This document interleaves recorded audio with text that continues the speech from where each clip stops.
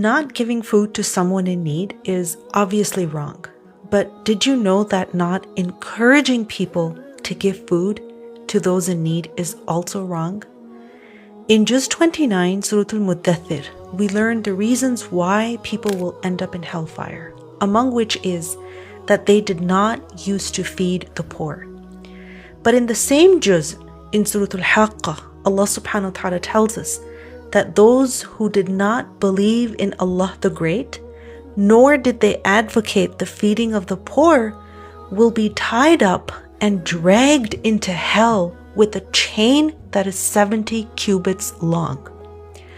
Being silent in the face of starvation is a characteristic of the people of hell, and it is a symptom of a much bigger problem.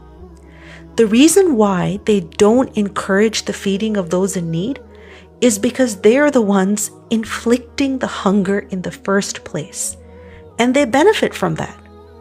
You see, mass suffering can only be perpetuated through dehumanization.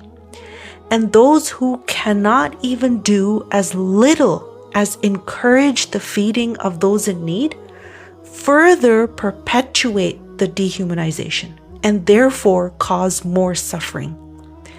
Inaction is a crime. So Allah subhanahu wa ta'ala tells us about such people that they will have no friend on the Day of Judgment and no food except scum. May Allah subhanahu wa ta'ala protect us.